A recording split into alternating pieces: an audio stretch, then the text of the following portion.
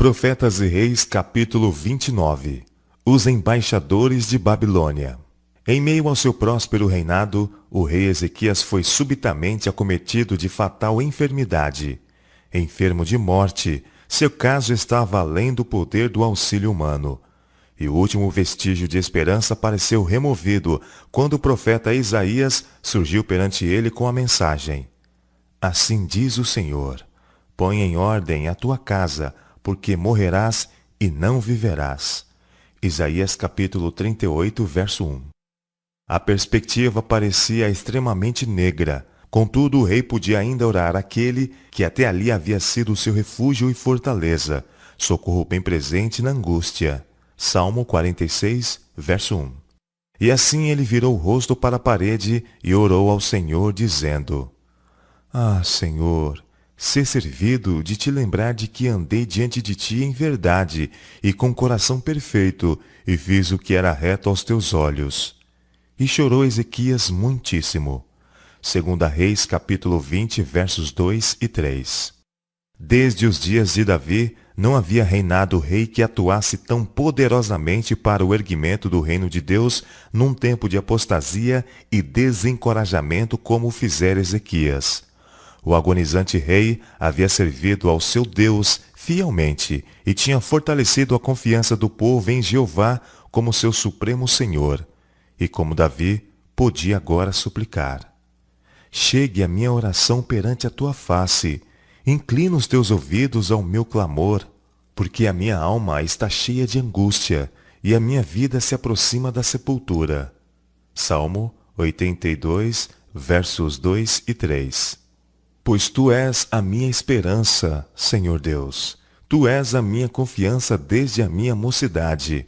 Por ti tenho sido sustentado. Não me rejeites no tempo da velhice. Ó Deus, não te alongues de mim.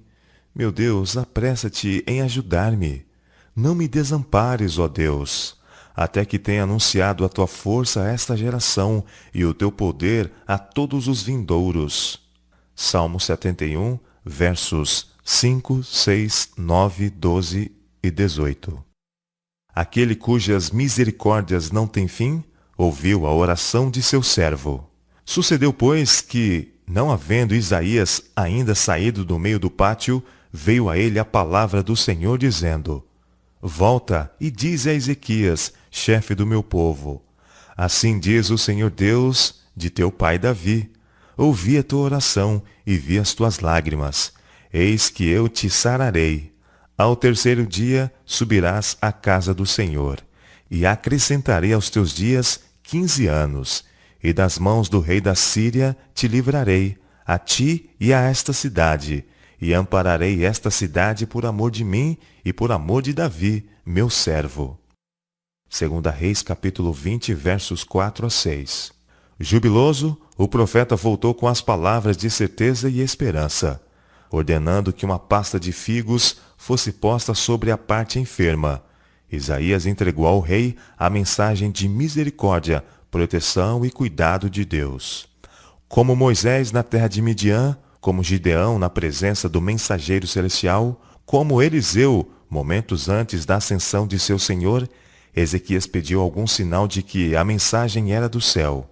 Qual é o sinal? Indagou. De que o Senhor me sarará e de que ao terceiro dia subirei à casa do Senhor? E isto te será sinal da parte do Senhor. O profeta respondeu: de que o Senhor cumprirá a palavra que disse: Adiantar-se-á a sombra 10 graus, ou voltará 10 graus atrás? É fácil, disse Ezequias, que a sombra decline 10 graus. Não, mas volte a sombra 10 graus atrás. Unicamente por interposição direta de Deus, poderia a sombra no quadrante solar voltar atrás 10 graus. Isso devia ser sinal a Ezequias de que o Senhor tinha ouvido sua oração.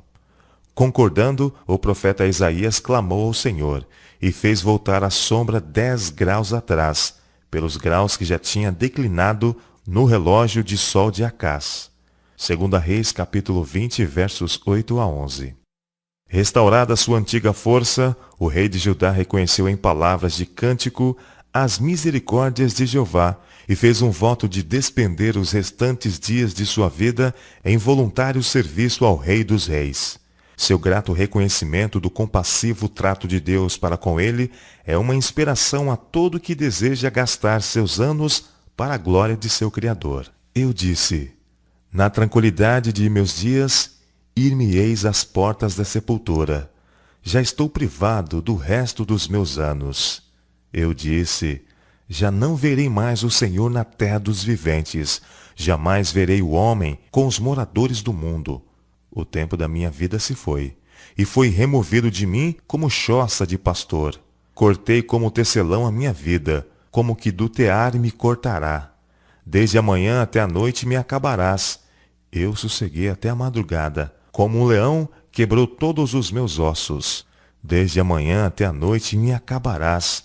Como o grou ou a andorinha, assim eu chilreava, e gemia como a pomba. Alçava os meus olhos ao alto. Ó Senhor, ando oprimido. Fica por meu fiador? Que direi? Como me prometeu, assim o fez. Assim passarei mansamente por todos os meus anos, na amargura de minha alma. Ó Senhor, com estas coisas se vive, e em todas elas está a vida do meu espírito. Portanto, cura-me e faze-me viver. Eis que para minha paz eu estive em grande amargura.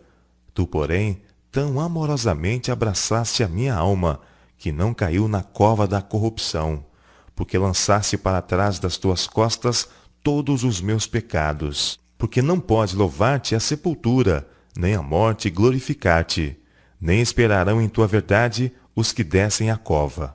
Os vivos, esses te louvarão, como eu hoje faço. O Pai aos filhos fará notória a tua verdade. O Senhor veio salvar-me, pelo que, tangendo em meus instrumentos, nós o louvaremos todos os dias de nossa vida na casa do Senhor. Isaías capítulo 38, versos 10 a 20. Nos férteis vales do Tigre e do Eufrates habitava um antigo povo, que, embora nesse tempo estivesse sujeito à Síria, estava destinado a governar o mundo. Havia entre esse povo homens sábios que davam muita atenção ao estudo da astronomia, e quando notaram que a sombra do quadrante solar havia regredido 10 graus, ficaram grandemente maravilhados. Seu rei, Merodach-Baladã, tendo sido informado de que este milagre se realizara como um sinal ao rei de Judá de que o Deus do céu lhe havia assegurado nova etapa de vida, enviou embaixadores a Ezequias, a fim de com ele se congratular por seu restabelecimento e se informar, se possível, mais a respeito do Deus que realizava tão grande maravilha. A visita desses mensageiros, do governante de tão distante terra, dava a Ezequias a oportunidade de exaltar o Deus vivo. Quão fácil lhe teria sido falar-lhes de Deus, o sustentador de todas as coisas criadas, por cujo favor sua própria vida tinha sido poupada, quando todas as outras esperanças haviam desaparecido. Que momentosas transformações poderiam ter tomado lugar, tivesse esses pesquisadores da verdade, vindo das planícies da Caldeia, sido levados ao conhecimento da suprema soberania do Deus vivo. Mas o orgulho e a vaidade tomaram posse do coração de Ezequias, e em exaltação própria expôs aos olhos cobiçosos os tesouros com que Deus havia enriquecido o seu povo. O rei lhes mostrou a casa do seu tesouro, a prata e o ouro, e as especiarias, e os melhores ungüentos, e toda a sua casa de armas, e tudo quanto se achava nos seus tesouros. Coisa nenhuma houve, nem em sua casa, nem em todo o seu domínio, que Ezequias lhes não mostrasse. Isaías capítulo 39, verso 2. Não foi para glorificar a Deus que ele assim procedeu, mas para exaltar-se aos olhos dos príncipes estrangeiros. Ele não se deteve na consideração de que esses homens eram representantes de uma poderosa nação que não tinha o temor nem o amor de Deus no coração, o que era uma imprudência fazê-los seus confidentes quanto às riquezas temporais da nação. A visita dos embaixadores a Ezequias foi um teste de sua gratidão e devoção. O relato diz: contudo, no negócio dos embaixadores dos príncipes de Babilônia, que foram enviados a ele, A perguntarem acerca do prodígio que se fez naquela terra, Deus o desamparou para tentá-lo, para saber tudo o que havia no seu coração. 2 Crônicas, capítulo 32, verso 31. Tivesse aproveitado a oportunidade que lhe era dada de testemunhar do poder, bondade e compaixão do Deus vivo, o relatório dos embaixadores teria sido como luz espancando as trevas. Mas ele se engrandeceu a si mesmo acima do Senhor dos Exércitos. Mas não correspondeu Ezequias ao benefício que se lhe fez, porque o seu coração se exaltou. 2 Crônicas, capítulo 32, verso 25. Quão desastrosos os resultados que se deviam seguir!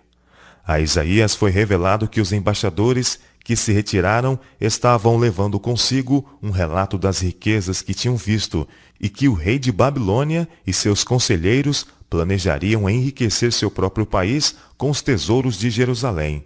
Ezequias havia pecado gravemente, pelo que veio grande indignação sobre ele e sobre Judá e Jerusalém. 2 Crônicas, capítulo 32, verso 25. Então o profeta Isaías veio ao rei Ezequias e lhe disse: Que foi que aqueles homens disseram? E de onde vieram a ti? E disse Ezequias: De uma terra remota vieram a mim, de Babilônia. E disse ele: Que foi que viram em tua casa? E disse Ezequias: Viram tudo que é em minha casa, coisa nenhuma há nos meus tesouros, que eu deixasse de lhes mostrar. Então disse Isaías a Ezequias: Ouve a palavra do Senhor dos Exércitos. Eis que virão dias em que tudo quanto houver em tua casa, com que entesouraram teus pais até o dia de hoje, será levado para a Babilônia. Não ficará coisa alguma, disse o Senhor, e dos teus filhos, que procederem de ti, e tu gerares, tomarão, para que sejam eunucos no palácio do rei de Babilônia. Então disse Ezequias a Isaías: Boa é a palavra do Senhor que disseste. Isaías capítulo 39, versos 3 a 8. Tomado de remorso, Ezequias se humilhou pela soberba do seu coração, ele e os habitantes de Jerusalém, e a grande indignação do Senhor não veio sobre ele, nos dias de Ezequias. 2 Crônicas capítulo 32, verso 26. Mas a má semente havia sido semeada, e no devido tempo iria produzir uma colheita de desolação e ais. Durante os seus anos restantes, o rei de Judá teria muita prosperidade, em virtude do seu firme propósito de redimir o passado e levar honra ao nome do Deus a quem servia.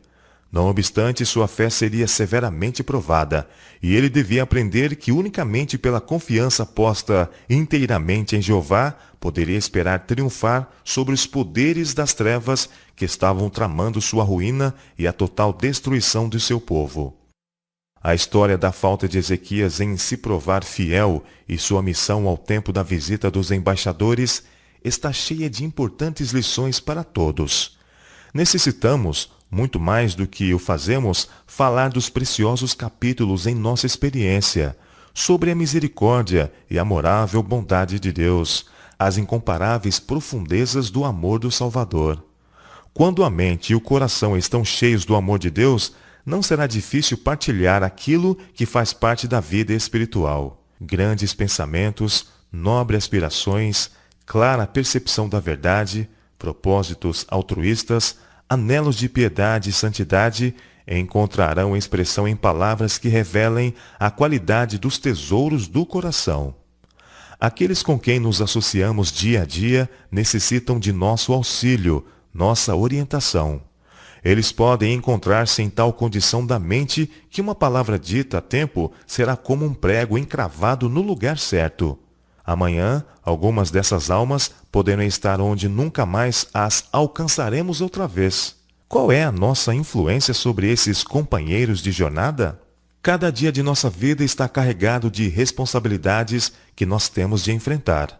Cada dia, nossas palavras e atos estão fazendo impressão sobre aqueles com quem nos associamos. Quão grande é a necessidade que temos de pôr uma guarda em nossos lábios e vigiar cuidadosamente nossos passos. Um gesto desavisado, um passo imprudente e poderão surgir ondas de alguma forte tentação que podem levar uma alma para o sorvedouro. Não podemos arrancar os pensamentos que houverem sido plantados nas mentes humanas. Se foram maus, poderemos ter posto em movimento uma sequência de circunstâncias, uma avalanche de males, que não seremos capazes de deter.